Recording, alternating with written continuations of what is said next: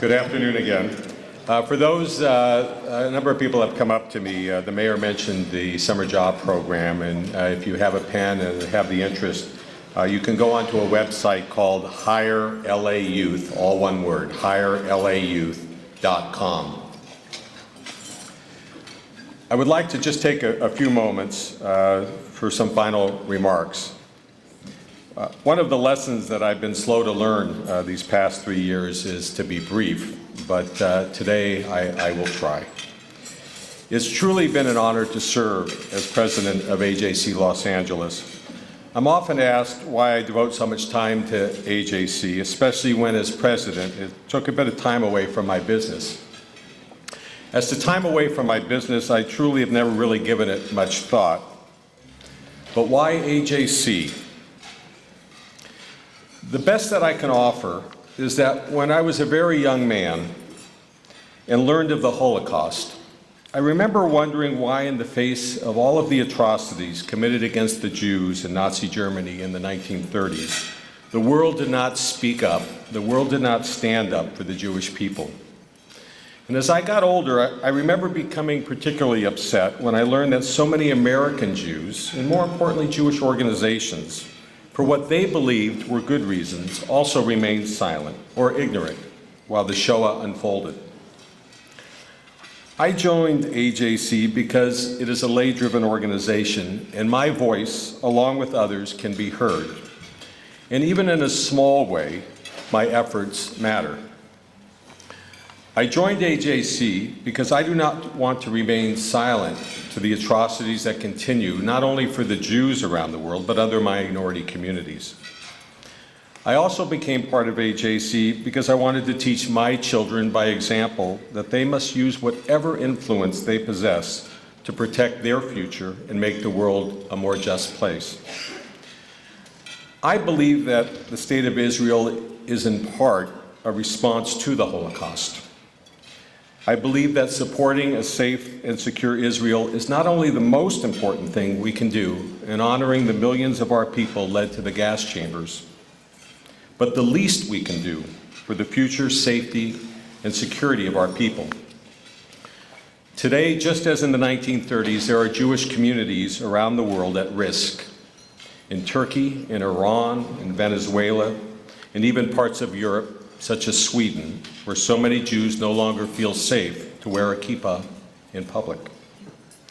I'm sorry to say Jewish communities, some in existence for over 2,000 years, face a new rising tide of anti-Semitism.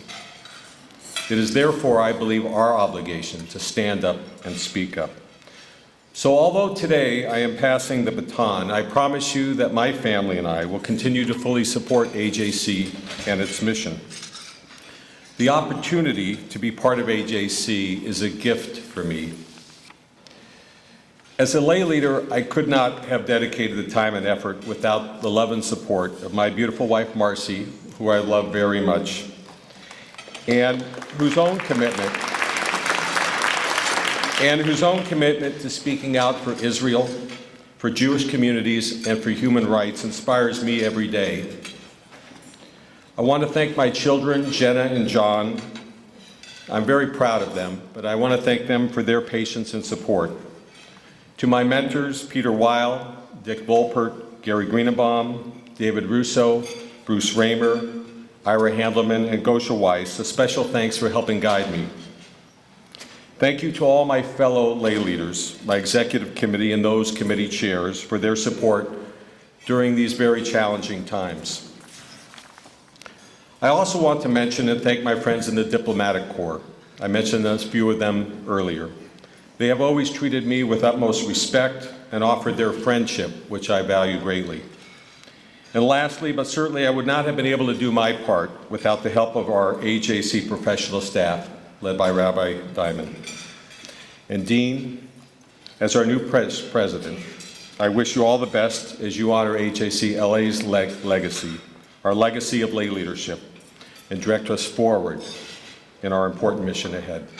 Thank you very much, and now I would like to take the opportunity to introduce our new president of AJC Los Angeles, Mr. Dean Schramm.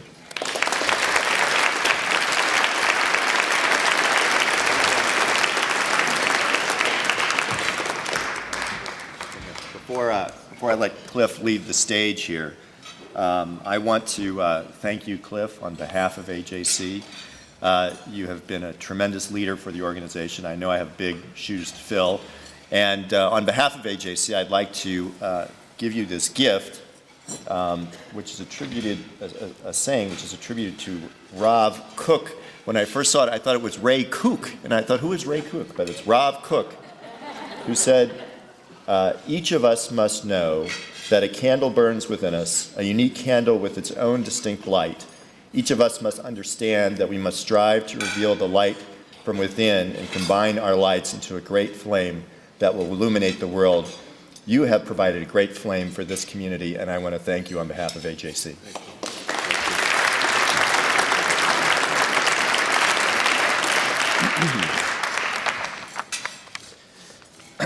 A few brief thank yous before I begin my remarks.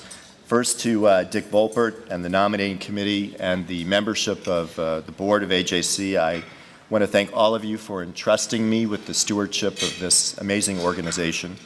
I hope I can live up to its past leaders who have, there are a number of here in the room today, all of whom are great assets to this community.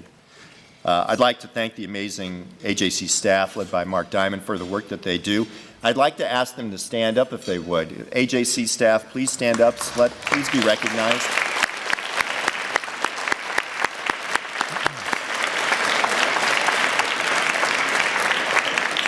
I'd like to thank the mayor for joining us today. I know he just had to leave, and for his remarks. I'd like to offer my congratulations to Judy Kaufman for her distinguished service for many years to this community and to AJC. Thank you, Judy, for all that you do. I'd also like to thank Gary Greenebaum, who's here somewhere, Rabbi Greenebaum, who was responsible in part for me getting involved with AJC. There you are. And finally, I'd like to thank the two most important people in my life, my amazing wife, Wendy Gruel, and my son, Thomas. Wendy serves as an inspiration to both Thomas and me about what it really means to serve one's community. Thank you, honey. And Thomas, by the way, is following in his mom's footsteps. He is the president of the Colfax Elementary School. I'm not a proud dad or anything like that. 3 weeks ago, I was having lunch with a wise friend, and we were discussing my upcoming role as AJC-LA Regional President. Without much ado, he put these fundamental questions to me. What does AJC stand for, and why have you chosen to stand with it? Today, I'll frame my remarks by answering these questions, but to inform those answers with meaning, the meaning they hold for me, I want to share with you a bit of my own life experience, which has led me to this moment. In the summer of 1982, I was 20 years old. I had completed my sophomore year at Amherst College and was headed in the fall to the University of Sussex in England for a junior year abroad. That summer, I read 2 books which would prove to be transformative. One was the novel Exodus by Leon Uris, a great work of historical fiction about the founding of the State of Israel. The other was the autobiography of Abba Eban, one of Israel's greatest diplomats, whose efforts at the United Nations in 1947 and 1948 were critical to Israel's creation. Abba Eban's memoir provided me a firm grasp of the historical facts surrounding the founding of the State of Israel and a nice primer on the history of Zionism, the movement that inspired Jews around the world to return to the land of Israel. Uris's historical novel vividly captured the emotional impact surrounding the creation of the Jewish state. Little did I know how meaningful those books would be just weeks later. In the fall of 1982, when I landed at the University of Sussex, a new student orientation was held the day before the first day of class. There I met a woman named Fadwa, who was Palestinian. She handed me a piece of paper and told me it was about the Students' Union meeting later that week, which she urged me to attend. I unfolded the piece of paper and saw an image of then Prime Minister of Israel, Menachem Begin, dressed in a Nazi brown shirt with a Nazi swastika armband. He was depicted in grotesque caricature. The flyer advertised this particular meeting of the Sussex Student Union because to be voted on that day was a resolution condemning Zionism as racism. I did attend that meeting, and a furious debate ensued in which it became clear only Jewish students were speaking against the resolution. The resolution passed with a resounding majority. I sat stunned at what I had just witnessed. The distortion of the facts about the history of Israel and the history of Zionism espoused by the proponents of the resolution, not only from the Palestinian students, but a number of British students as well, was astonishing. According to them, the occupation of the West Bank and Gaza resulted from Israeli wars of aggression in 1948 and 1967, fought primarily to extend the reach of America's colonial power. I knew this to be so far from the truth that I couldn't fathom anyone would actually believe it. During the same week, my first week at Sussex, I walked into the men's room in one of the academic buildings, and there, scrawled on the bathroom wall, was the sentence, "Kill all the Jews, Hitler was right," adorned with swastikas. Perhaps evidence of the burgeoning skinhead movement, perhaps not. This sentence I saw graffitied on the restroom walls time and again over the course of the entire academic year. For a nice Jewish boy from St. Louis, who grew up in a nice Jewish community with little overt anti-Semitism, and further insulated at that wonderful small liberal arts college on the Hill in Western Massachusetts, this was new. My reaction to this assault was to fight back, but I felt I needed to be better armed. I needed to know more about the history of Zionism, the history of Israel, and the conflict in the Middle East, and I wanted to better understand the history and dimensions of anti-Semitism. So instead of focusing on the study of British history, as I intended, I focused on the study of Jewish history. Throughout the year, I talked with students to dispel misinformation they accepted as true. I appeared on radio shows, student panels. I joined Hillel, which I had never done before, but to which most Jewish students on campus belonged in part due to the hostile environment. In December of that year, I traveled to the Soviet Union and met with refuseniks, Jews who attempted to leave the country but who were refused visas and then punished by the state for trying. A Moscow University math professor now sweeping the streets, a young student in Leningrad who had been imprisoned, a 10-year-old girl in Kiev suffering from a rare form of leukemia, whose mother showed me the invitation for treatment sent by Johns Hopkins Medical Center, but who was not allowed to go. In the summer after the school year, I traveled through Germany on my way to Israel. I walked through the concentration camp at Dachau, and in Munich, a mere 10 miles away, strolled through the Olympic Village, where in 1972, a large portion of the Israeli Olympic team was murdered by PLO terrorists.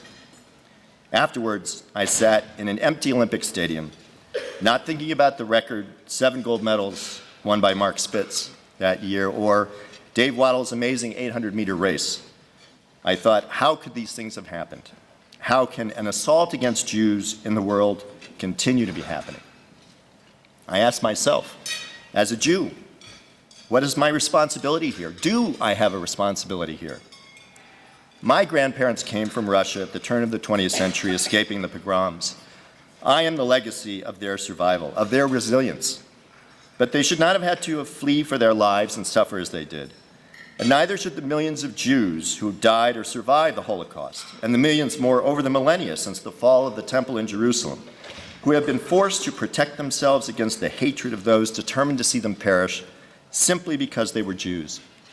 And neither should the Jews in Israel, who have fought for their state, a tiny sliver of land to which the Jewish people have been attached for thousands of years, the existence of which, as history teaches, is essential for the protection of Jews everywhere in the world. Stated another way, I asked myself then as a young student more than 30 years ago, the same question that my wise friend put to me 3 weeks ago. Where do you stand? What will you stand for? To answer, I stand here today to serve the Jewish people. I stand here today to support the state of Israel as a Jewish state. I stand here today to fight anti-Semitism wherever it rears its menacing head. And I stand here today because that is what the American Jewish Committee stands for.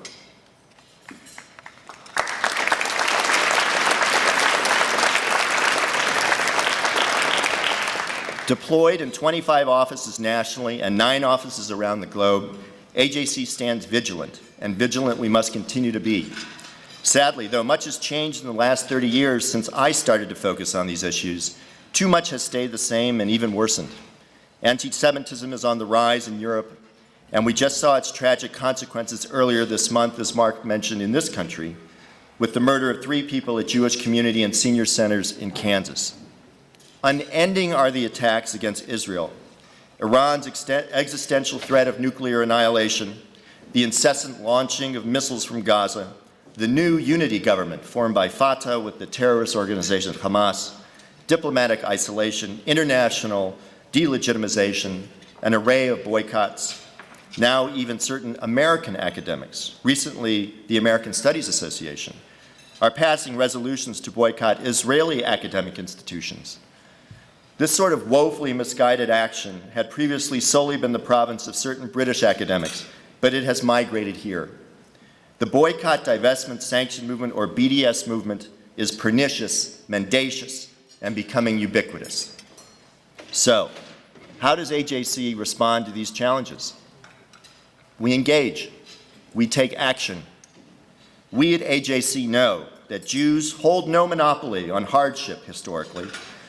We know that the best way to stand up against bigotry and hatred directed at the Jewish people is to give expression to the values Judaism teaches and stand up against bigotry and hatred directed against any people.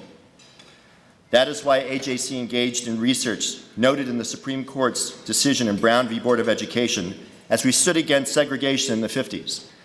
That's why AJC-LA led the effort in the creation of the Los Angeles Darfur Observance Day and was instrumental in the creation of the feature documentary film Darfur Now, shining light on the genocide in Darfur. And that is why just this past week, AJC released a statement standing with the Armenian community in mourning the loss of those who perished in the Armenian genocide. Through the bridges we build with a myriad of religious and ethnic partners, and through our advocacy with foreign and national leaders, we advance the cause not only of the security of the Jewish people, but we promote the moral and ethical values that we share with all people of goodwill.